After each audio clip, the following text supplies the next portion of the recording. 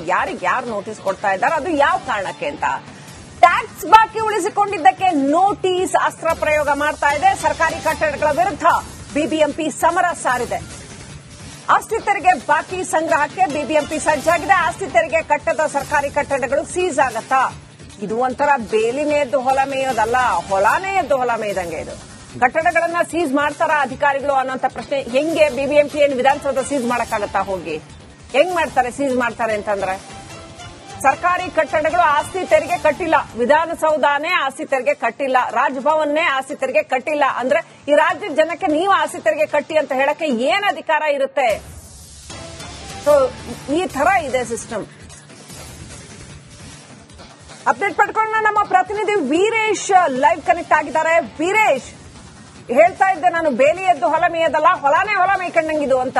ಅಂದ್ರೆ ವಿಧಾನಸೌಧಕ್ಕೆ ಆಸ್ತಿ ತೆರಿಗೆ ಕಟ್ಟಿಲ್ಲ, ರಾಜಭವನಕ್ಕೆ ಆಸ್ತಿ ತೆರಿಗೆ ಕಟ್ಟಿಲ್ಲ ಅಂದ್ರೆ ನಾವು ಬೆಂಗಳೂರಲ್ಲಿ ಬೇರೆ ಬಿಲ್ಡಿಂಗ್ ಗಳಿಗೆ ಆಸ್ತಿ ತೆರಿಗೆ ಕಟ್ಟಿ ಅಂತ ಏನಾದ್ರೂ ಕೇಳಕ್ಕಾಗತ್ತಾ? ಮೊರಾಲಿಟಿ ಇರುತ್ತಾ, ನೈತಿಕತೆ ಇರುತ್ತಾ ಅದನ್ನ ಕೇಳೋದಕ್ಕೆ?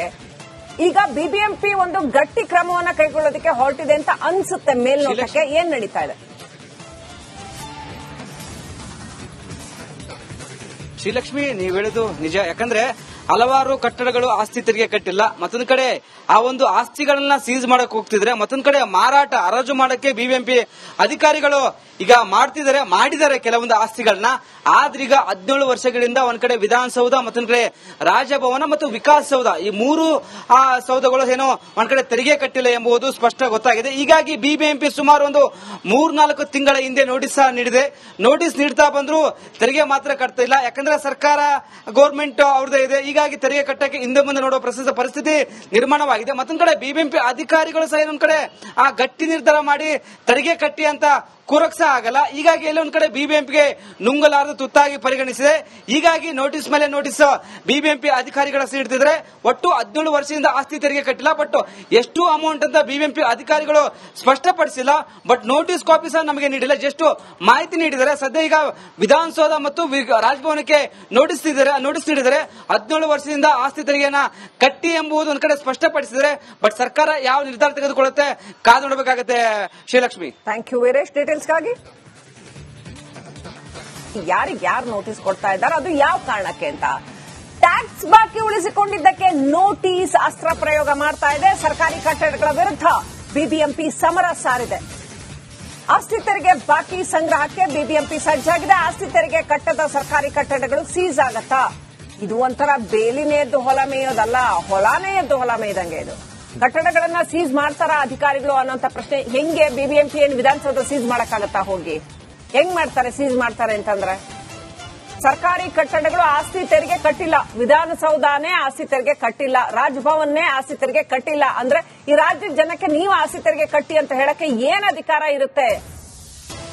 ಸೊ ಈ ತರ ಇದೆ ಸಿಸ್ಟಮ್. ಅಪ್ಡೇಟ್ ಪಡ್ಕೊಂಡ ನಮ್ಮ ಪ್ರತಿನಿಧಿ ವೀರೇಶ್ ಲೈವ್ ಕನೆಕ್ಟ್ ಆಗಿದ್ದಾರೆ. ವೀರೇಶ್, ಹೇಳ್ತಾ ಇದ್ದೆ ನಾನು, ಬೇಲಿ ಎದ್ದು ಹೊಲ ಮೇಯೋದಲ್ಲ, ಹೊಲಾನೇ ಹೊಲ ಮೇಯ್ಕೊಂಡಂಗಿದು ಅಂತ. ಅಂದ್ರೆ ವಿಧಾನಸೌಧಕ್ಕೆ ಆಸ್ತಿ ತೆರಿಗೆ ಕಟ್ಟಿಲ್ಲ, ರಾಜಭವನಕ್ಕೆ ಆಸ್ತಿ ತೆರಿಗೆ ಕಟ್ಟಿಲ್ಲ ಅಂದ್ರೆ ನಾವು ಬೆಂಗಳೂರಲ್ಲಿ ಬೇರೆ ಬಿಲ್ಡಿಂಗ್ ಗಳಿಗೆ ಆಸ್ತಿ ತೆರಿಗೆ ಕಟ್ಟಿ ಅಂತ ಏನಾದ್ರೂ ಕೇಳಕ್ಕಾಗತ್ತಾ? ಮೊರಾಲಿಟಿ ಇರುತ್ತಾ, ನೈತಿಕತೆ ಇರುತ್ತಾ ಅದನ್ನ ಕೇಳೋದಕ್ಕೆ? ಈಗ ಬಿಬಿಎಂಪಿ ಒಂದು ಗಟ್ಟಿ ಕ್ರಮವನ್ನ ಕೈಗೊಳ್ಳೋದಕ್ಕೆ ಹೊರಟಿದೆ ಅಂತ ಅನ್ಸುತ್ತೆ ಮೇಲ್ನೋಟಕ್ಕೆ. ಏನ್ ನಡೀತಾ ಇದೆ? ಶ್ರೀಲಕ್ಷ್ಮಿ, ನೀವು ಹೇಳುದು ನಿಜ. ಯಾಕಂದ್ರೆ ಹಲವಾರು ಕಟ್ಟಡಗಳು ಆಸ್ತಿ ತೆರಿಗೆ ಕಟ್ಟಿಲ್ಲ. ಮತ್ತೊಂದು ಕಡೆ ಆ ಒಂದು ಆಸ್ತಿಗಳನ್ನ ಸೀಸ್ ಮಾಡಕ್ ಹೋಗ್ತಿದ್ರೆ, ಮತ್ತೊಂದು ಕಡೆ ಮಾರಾಟ ಹರಾಜು ಮಾಡಕ್ಕೆ ಬಿಬಿಎಂಪಿ ಅಧಿಕಾರಿಗಳು ಈಗ ಮಾಡಿದ್ದಾರೆ ಕೆಲವೊಂದು ಆಸ್ತಿಗಳನ್ನ.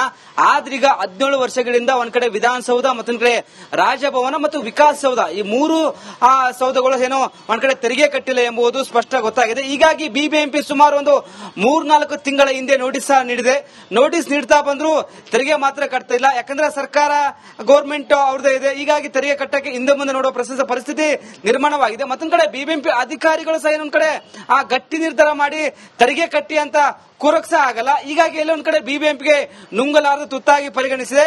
ಹೀಗಾಗಿ ನೋಟಿಸ್ ಮೇಲೆ ನೋಟಿಸ್ ಬಿಬಿಎಂಪಿ ಅಧಿಕಾರಿಗಳ ನೀಡ್ತಿದ್ರೆ ಒಟ್ಟು 17 ವರ್ಷದಿಂದ ಆಸ್ತಿ ತೆರಿಗೆ ಕಟ್ಟಿಲ್ಲ. ಬಟ್ ಎಷ್ಟು ಅಮೌಂಟ್ ಅಂತ ಬಿಬಿಎಂಪಿ ಅಧಿಕಾರಿಗಳು ಸ್ಪಷ್ಟಪಡಿಸಿಲ್ಲ. ಬಟ್ ನೋಟಿಸ್ ಕಾಪಿ ಸಹ ನಮಗೆ ನೀಡಿಲ್ಲ. ಜಸ್ಟ್ ಮಾಹಿತಿ ನೀಡಿದ್ದಾರೆ. ಸದ್ಯ ಈಗ ವಿಧಾನಸೌಧ ಮತ್ತು ರಾಜಭವನಕ್ಕೆ ನೋಟಿಸ್ ನೀಡಿದರೆ 17 ವರ್ಷದಿಂದ ಆಸ್ತಿ ತೆರಿಗೆಯನ್ನ ಕಟ್ಟಿ ಎಂಬುದು ಒಂದ್ ಕಡೆ ಸ್ಪಷ್ಟಪಡಿಸಿದರೆ. ಬಟ್ ಸರ್ಕಾರ ಯಾವ ನಿರ್ಧಾರ ತೆಗೆದುಕೊಳ್ಳುತ್ತೆ ಕಾದು ನೋಡಬೇಕಾಗುತ್ತೆ. Srilakshmi, thank you Veeresh. ಡೀಟೇಲ್ಸ್ಗಾಗಿ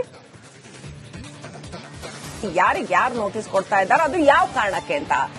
tax ಬಾಕಿ ಉಳಿಸಿಕೊಂಡಿದ್ದಕ್ಕೆ ನೋಟಿಸ್ ಅಸ್ತ್ರ ಪ್ರಯೋಗ ಮಾಡ್ತಾ ಇದೆ. ಸರ್ಕಾರಿ ಕಟ್ಟಡಗಳ ವಿರುದ್ಧ ಬಿಬಿಎಂಪಿ ಸಮರ ಸಾರಿದೆ. ಆಸ್ತಿ ತೆರಿಗೆ ಬಾಕಿ ಸಂಗ್ರಹಕ್ಕೆ ಬಿಬಿಎಂಪಿ ಸಜ್ಜಾಗಿದೆ. ಆಸ್ತಿ ತೆರಿಗೆ ಕಟ್ಟದ ಸರ್ಕಾರಿ ಕಟ್ಟಡಗಳು ಸೀಸ್ ಆಗತ್ತಾ? ಇದು ಒಂಥರ ಬೇಲಿನೇ ಎದ್ದು ಹೊಲ ಮೇಯೋದಲ್ಲ, ಹೊಲಾನೇ ಎದ್ದು ಹೊಲ ಮೇಯ್ದಂಗೆ. ಇದು ಕಟ್ಟಡಗಳನ್ನ ಸೀಸ್ ಮಾಡ್ತಾರ ಅಧಿಕಾರಿಗಳು ಅನ್ನೋಂಥ ಪ್ರಶ್ನೆ. ಹೆಂಗೆ ಬಿಬಿಎಂಪಿ ಏನು ವಿಧಾನಸೌಧ ಸೀಸ್ ಮಾಡಕ್ಕಾಗತ್ತಾ? ಹೋಗಿ ಹೆಂಗ್ ಮಾಡ್ತಾರೆ ಸೀಸ್ ಮಾಡ್ತಾರೆ ಅಂತಂದ್ರೆ? ಸರ್ಕಾರಿ ಕಟ್ಟಡಗಳು ಆಸ್ತಿ ತೆರಿಗೆ ಕಟ್ಟಿಲ್ಲ, ವಿಧಾನಸೌಧನೇ ಆಸ್ತಿ ತೆರಿಗೆ ಕಟ್ಟಿಲ್ಲ, ರಾಜಭವನ್ನೇ ಆಸ್ತಿ ತೆರಿಗೆ ಕಟ್ಟಿಲ್ಲ ಅಂದ್ರೆ ಈ ರಾಜ್ಯದ ಜನಕ್ಕೆ ನೀವು ಆಸ್ತಿ ತೆರಿಗೆ ಕಟ್ಟಿ ಅಂತ ಹೇಳಕ್ಕೆ ಏನ್ ಅಧಿಕಾರ ಇರುತ್ತೆ? ಸೊ ಈ ತರ ಇದೆ ಸಿಸ್ಟಮ್.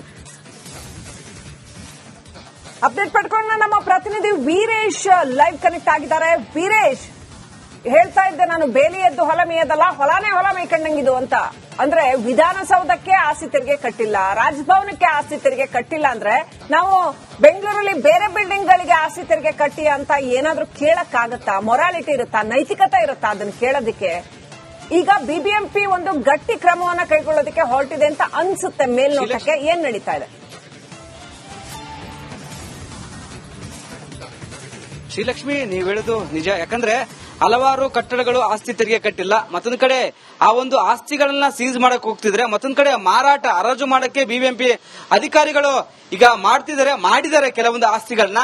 ಆದ್ರೀಗ 17 ವರ್ಷಗಳಿಂದ ಒಂದ್ ಕಡೆ ವಿಧಾನಸೌಧ, ಮತ್ತೊಂದ್ ಕಡೆ ರಾಜಭವನ ಮತ್ತು ವಿಕಾಸಸೌಧ, ಈ 3 ಸೌಧಗಳು ಏನೋ ಒಂದ್ ಕಡೆ ತೆರಿಗೆ ಕಟ್ಟಿಲ್ಲ ಎಂಬುದು ಸ್ಪಷ್ಟ ಗೊತ್ತಾಗಿದೆ. ಹೀಗಾಗಿ ಬಿಬಿಎಂಪಿ ಸುಮಾರು ಒಂದು 3-4 ತಿಂಗಳ ಹಿಂದೆ ನೋಟಿಸ್ ನೀಡಿದೆ.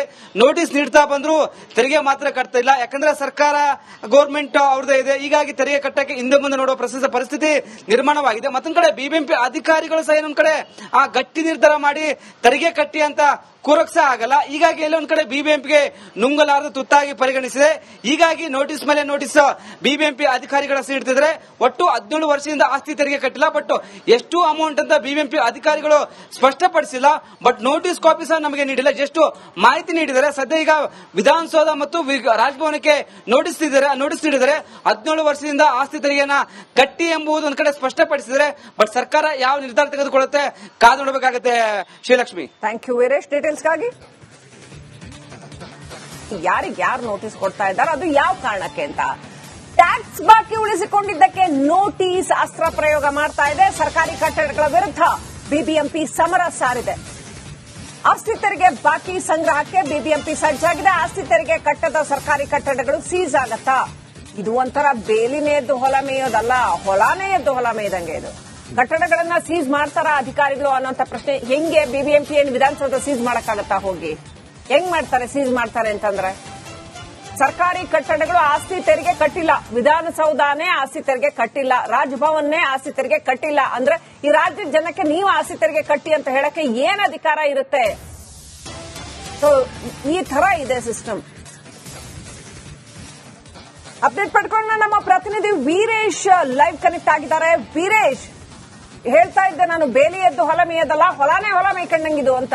ಅಂದ್ರೆ ವಿಧಾನಸೌಧಕ್ಕೆ ಆಸ್ತಿ ತೆರಿಗೆ ಕಟ್ಟಿಲ್ಲ, ರಾಜಭವನಕ್ಕೆ ಆಸ್ತಿ ತೆರಿಗೆ ಕಟ್ಟಿಲ್ಲ ಅಂದ್ರೆ ನಾವು ಬೆಂಗಳೂರಲ್ಲಿ ಬೇರೆ ಬಿಲ್ಡಿಂಗ್ ಗಳಿಗೆ ಆಸ್ತಿ ತೆರಿಗೆ ಕಟ್ಟಿ ಅಂತ ಏನಾದ್ರೂ ಕೇಳಕ್ಕಾಗತ್ತಾ? ಮೊರಾಲಿಟಿ ಇರುತ್ತಾ, ನೈತಿಕತೆ ಇರುತ್ತಾ ಅದನ್ನ ಕೇಳೋದಕ್ಕೆ? ಈಗ ಬಿಬಿಎಂಪಿ ಒಂದು ಗಟ್ಟಿ ಕ್ರಮವನ್ನ ಕೈಗೊಳ್ಳೋದಕ್ಕೆ ಹೊರಟಿದೆ ಅಂತ ಅನ್ಸುತ್ತೆ ಮೇಲ್ನೋಟಕ್ಕೆ. ಏನ್ ನಡೀತಾ ಇದೆ?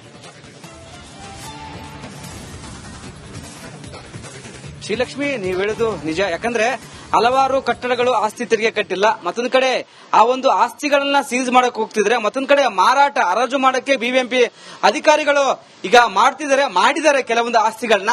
ಆದ್ರೀಗ 17 ವರ್ಷಗಳಿಂದ ಒಂದ್ ಕಡೆ ವಿಧಾನಸೌಧ, ಮತ್ತೊಂದ್ ಕಡೆ ರಾಜಭವನ ಮತ್ತು ವಿಕಾಸಸೌಧ, ಈ 3 ಸೌಧಗಳು ಏನೋ ಒಂದ್ ಕಡೆ ತೆರಿಗೆ ಕಟ್ಟಿಲ್ಲ ಎಂಬುದು ಸ್ಪಷ್ಟ ಗೊತ್ತಾಗಿದೆ. ಹೀಗಾಗಿ ಬಿಬಿಎಂಪಿ ಸುಮಾರು ಒಂದು 3-4 ತಿಂಗಳ ಹಿಂದೆ ನೋಟಿಸ್ ನೀಡಿದೆ. ನೋಟಿಸ್ ನೀಡ್ತಾ ಬಂದ್ರು ತೆರಿಗೆ ಮಾತ್ರ ಕಟ್ತಾ ಇಲ್ಲ. ಯಾಕಂದ್ರೆ ಸರ್ಕಾರ ಗೌರ್ಮೆಂಟ್ ಅವ್ರದೇ ಇದೆ. ಹೀಗಾಗಿ ತೆರಿಗೆ ಕಟ್ಟಕ್ಕೆ ಹಿಂದೆ ಮುಂದೆ ನೋಡುವ ಪರಿಸ್ಥಿತಿ ನಿರ್ಮಾಣವಾಗಿದೆ. ಮತ್ತೊಂದ್ ಕಡೆ ಬಿಬಿಎಂಪಿ ಅಧಿಕಾರಿಗಳು ಸಹ ಇನ್ನೊಂದ್ ಕಡೆ ಆ ಗಟ್ಟಿ ನಿರ್ಧಾರ ಮಾಡಿ ತೆರಿಗೆ ಕಟ್ಟಿ ಅಂತ ಕೂರಕ್ ಸಹ ಆಗಲ್ಲ. ಹೀಗಾಗಿ ಎಲ್ಲೊಂದ್ ಕಡೆ ಬಿಬಿಎಂಪಿಗೆ ನುಂಗಲಾರದು ತುತ್ತಾಗಿ ಪರಿಗಣಿಸಿದೆ. ಹೀಗಾಗಿ ನೋಟಿಸ್ ಮೇಲೆ ನೋಟಿಸ್ ಬಿಬಿಎಂಪಿ ಅಧಿಕಾರಿಗಳ ಹಿಡಿದಿದ್ರೆ ಒಟ್ಟು 17 ವರ್ಷದಿಂದ ಆಸ್ತಿ ತೆರಿಗೆ ಕಟ್ಟಿಲ್ಲ. ಬಟ್ ಎಷ್ಟು ಅಮೌಂಟ್ ಅಂತ ಬಿಬಿಎಂಪಿ ಅಧಿಕಾರಿಗಳು ಸ್ಪಷ್ಟಪಡಿಸಿಲ್ಲ. ಬಟ್ ನೋಟಿಸ್ ಕಾಪಿ ಸಹ ನಮಗೆ ನೀಡಿಲ್ಲ. ಜಸ್ಟ್ ಮಾಹಿತಿ ನೀಡಿದರೆ ಸದ್ಯ ಈಗ ವಿಧಾನಸೌಧ ಮತ್ತು ರಾಜಭವನಕ್ಕೆ ನೋಟಿಸ್ ನೀಡಿದರೆ 17 ವರ್ಷದಿಂದ ಆಸ್ತಿ ತೆರಿಗೆಯನ್ನ ಕಟ್ಟಿ ಎಂಬುದು ಒಂದ್ ಕಡೆ ಸ್ಪಷ್ಟಪಡಿಸಿದರೆ. ಬಟ್ ಸರ್ಕಾರ ಯಾವ ನಿರ್ಧಾರ ತೆಗೆದುಕೊಳ್ಳುತ್ತೆ ಕಾದು ನೋಡಬೇಕಾಗುತ್ತೆ. Srilakshmi, thank you Veeresh ಡೀಟೇಲ್ಸ್ಗಾಗಿ.